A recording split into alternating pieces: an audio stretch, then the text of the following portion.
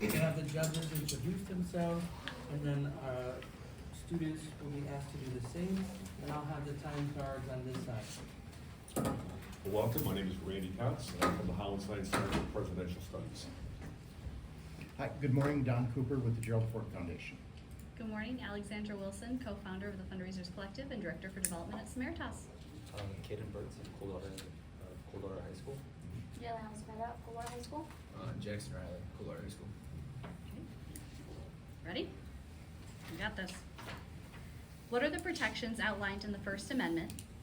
Why have First Amendment rights been viewed as essential to the functioning of a free society? In what ways might these rights have been particularly important to marginalized groups? Might it ever be justified to limit any of these First Amendment rights? Under what circumstances, if any, do you think limitations are justified? And if so, which ones? Please explain your answers. Ready to start? The proliferation of free thought is necessary in the development of free nations. In recent years, one could find that peaceful demonstrations of personal autonomy could be silenced via societal pressure and governmental means. Be it the backlash to the Me Too movement or the current administration's reaction to the No Kings protest, when freedoms to advocate for yourself are challenged, the First Amendment allows one avenues to do so. The First Amendment grants us liberties not entirely unique to the American ethos. Nevertheless, their importance cannot be understated as they act as the cornerstone to any government or religious institution and serve to protect the people from authoritarian overreach. Uniquely, America encourages dissent, if not by our administrations, by our Constitution and its framers. This dissent is protected via the First Amendment and is pivotal in the functioning of a free society because it serves as a check on the government, ensuring that protected speech isn't silenced. Murphy v. Missouri is a case which argued over the government's ability to censor speech on social media platforms. Those opposed to government interference argued that it would set quite the grave precedent that even the ability for state-sponsored censorship is against the Free Press Clause and an affront on personal liberties. The possibility that the government could silence those it disagrees with is authoritarian in nature and is put in stark contrast to America's moniker as leaders of the free world. Despite the incredible growth seen in contemporary history, many minority groups still face prejudice, and more so, some aren't even free if going by the broader definitions. While the 14th Amendment ensures equal protections to all under the law does not control the actions of individuals or dispel existing prejudice. Protests as allowed by the freedom of assembly and freedom of petition clauses in the First Amendment have been instrumental as a tool of progressive change. These changes are especially important to marginalized groups. Marginalized groups, especially religious minorities, often face persecution on the ground that it's a challenge to public unity.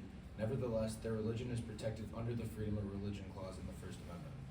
When the First Amendment allows for many freedoms, its relevance as a living document is best portrayed in how it acts as an arbiter of change, protecting those who can protect themselves by the normal legal channels, which can often be clogged by discriminatory practices. While the First Amendment is necessary, arguments have been made for how its implementation ought to be.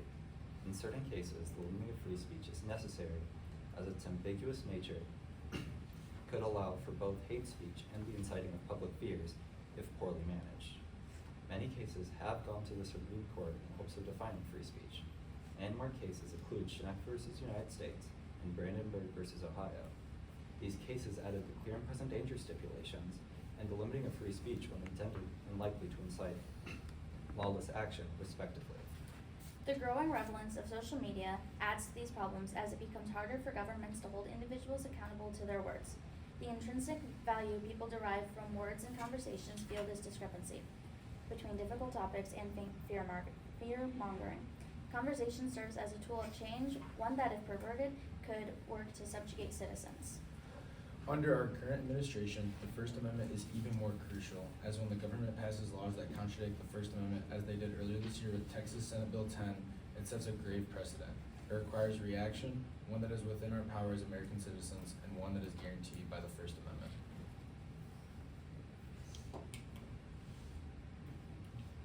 Great, thanks again. If you can please put away your notes.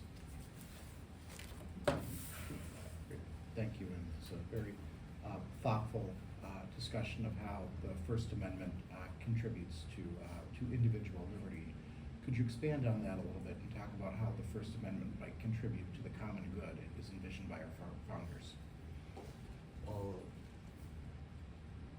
the discussion of people as, free individual agents is seen in Enlightenment philosophy, which heavily shapes our Constitution. And individual agents can have contrasting ideas which need expressed, and the First Amendment allows this expression. The great thing about the Constitution is, for its time, it was such a revolutionary document, Not a lot of governments in 1776 and, the 1780s were allowing for, free opposing speech against the government. So, it's important to recognize it as such a revolutionary document and one that's evolved over time. Obviously the words in it haven't changed, but, in a new world, one that we have social media and, as different administrations have acted in office, obviously, the Trump administration right now is putting some, pressure on those First Amendment rights that, we haven't really seen in the past.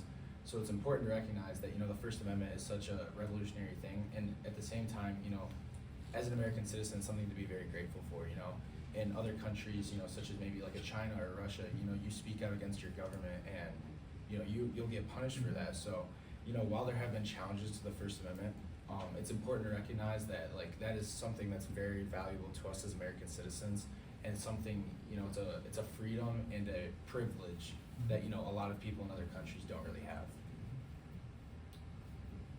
I'd like to dive into a little bit more.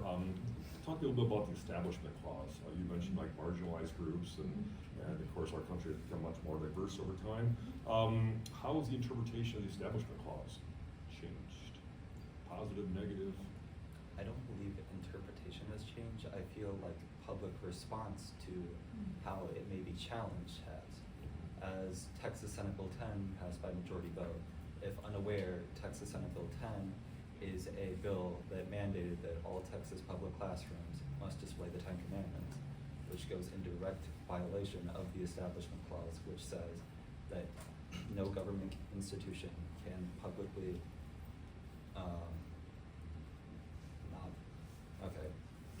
accept the existence of a religious institution.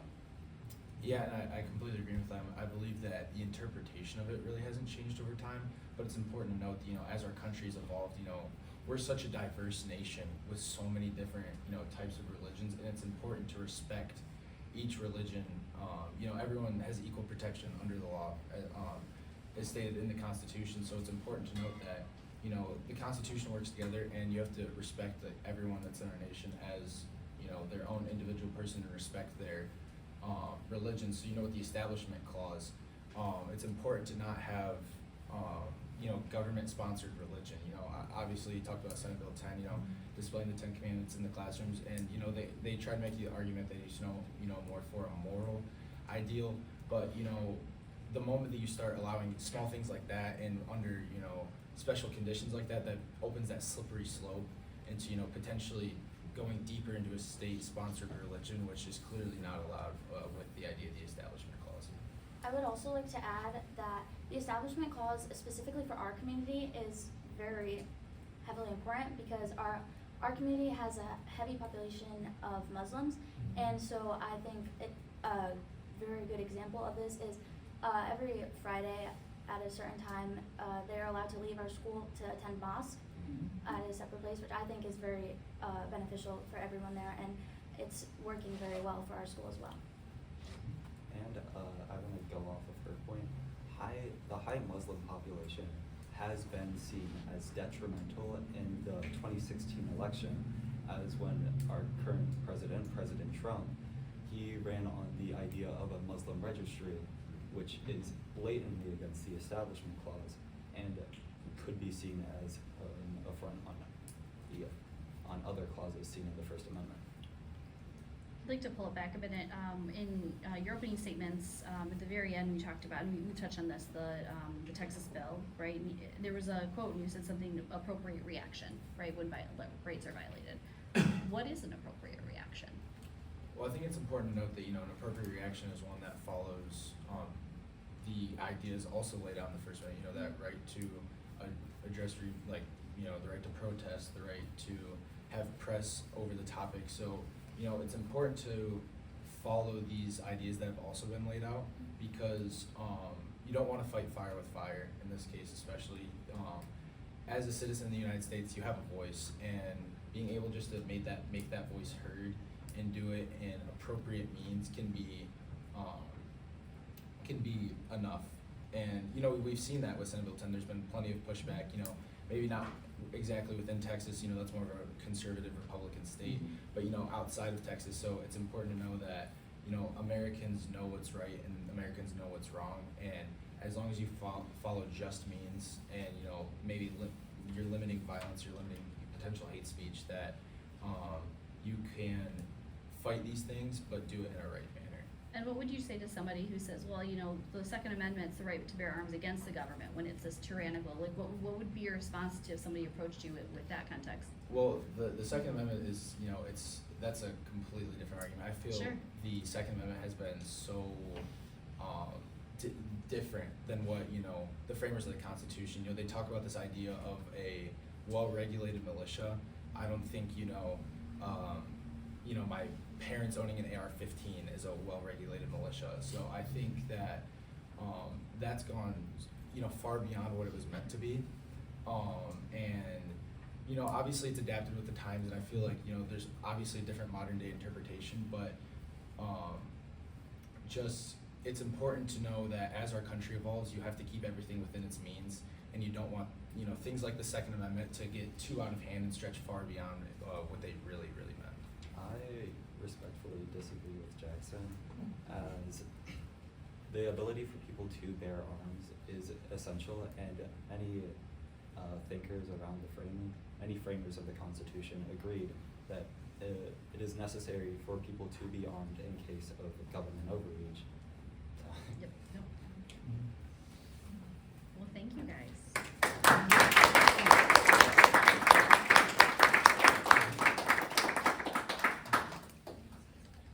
This was a fun conversation for me to have. I really love when I can hear what you guys are saying, and I pick up on things, and I'm able to pull back and ask questions and have a really great conversation. So I want to say thank you so much. I really enjoyed this conversation. I can tell that you were very studied. You've thought a lot about these different pieces, and I want to congratulate you on the application, right? Like you mentioned your school, and I really appreciate you bringing that real world, not just real world, but the local piece in too, because that's really making you well-rounded individuals too, that you can speak on those issues. And I loved having this conversation with all of you. So thank you so much. Yeah, dittos on that. I think in your opening statements, you very nicely grounded it in kind of the big picture, the why behind the First Amendment is important for individual liberty and some of the things that make America what America is, which is great. In some of our conversation really reflected the, I'll say the evolving interpretations and the differing opinions of how the First Amendment should be interpreted. With that, this is still, I don't want to say an evolving issue, but you might want to pay a little closer attention to some of the more recent Supreme Court cases, especially around the Establishment Clause, Trinity Lutheran, for example, about how when government funding can be given to religious organizations. I think you'll find a little more of a nuanced approach that the court has taken on the evolution of its thinking in these areas. That's kind of what I was going to say as well, especially establishment clause, excuse me. You mentioned the Texas bill quite often, which is appropriate. Maybe just broaden out your knowledge on some court cases, the Bremerton case, for example, would be nice. And then we don't get too much into it, but the assembly clause petition you mentioned a little bit in your opening, which is good. But just make sure you can maybe speak to some issues associated with that if appropriate at what times. Very nice job. Food for thought, like that. There weren't questions about it, but you did talk some about hate speech in your Q&As and in your prepared remarks. And so I'm wondering, is hate speech protected? Should it be protected at that level or less so? And then, think about all of these things, applying it in your school setting. I thought that was a great way to tie everything back together, to say, here's what it means in my community, and here's why this is a positive part of the Constitution that you can see right here in Coldwater. I thought that was a great thing to mention. Great, thank you. Thank you guys.